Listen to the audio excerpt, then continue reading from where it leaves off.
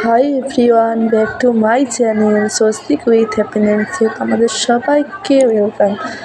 তোমরা সবাই কেমন আছো কমেন্টে জানাবে। আর আমি তো খুব ভালো আছি, দেখতেই পাচ্ছ স্কুল যাওয়ার জন্য ছেলেকে নিয়ে দাঁড়িয়ে আছি।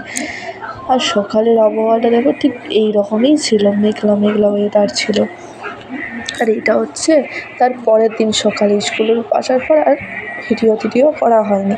এটা তার পরের দিনে দেখো, আজকেও বৃষ্টি হচ্ছে, মানে সকাল থেকেই বৃষ্টি হচ্ছে। আর বৃষ্টি পড়লে কার না ভালো লাগে বলো, মনটা তো খুব খুশি হয়ে গেল সকাল থেকে।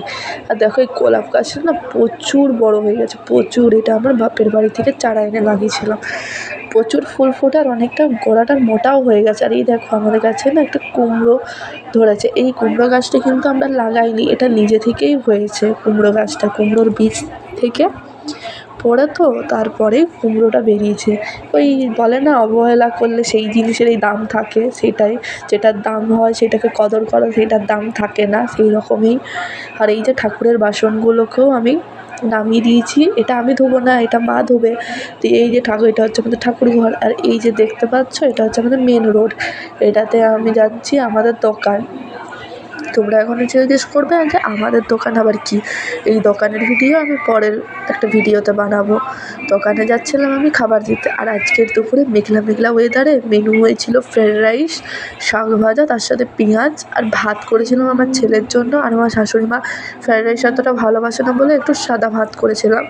আর তার সাথে ফ্রায়েড রাইসের সাথে কী খাওয়া উচিত, চিকেন। কিন্তু চিকেন তো আমরা খাই মানে রাত্রের দিকে, বাড়িতে বানানো হয় না, আমি বাইরে বানাই। আর আমার শাশুড়ি মা শ্বশুরমশাই ওরা কিন্তু চিকেন খায় না।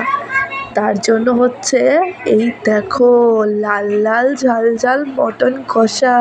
এখন কষা বলবো না, এখন ঝোলেই আছে। এটা আমি বেশি করে ঝোল দিয়েছিলাম যাতে এটা সিদ্ধ হয়। আমি প্রেশার কুকারে দিই না, প্রেশার কুকারে দিলে কী বলো তো, টেস্ট পাওয়া যায় না।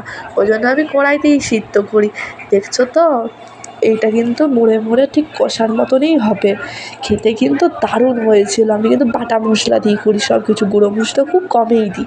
আর এই যে দেখছো মেঘলা ওয়েদার, তার ছেলে তো পড়তে বসবে না, ওই জন্য ছেলে বসে বসে জানলা দিকে দেখছে কি হচ্ছে না হচ্ছে। আর এখানে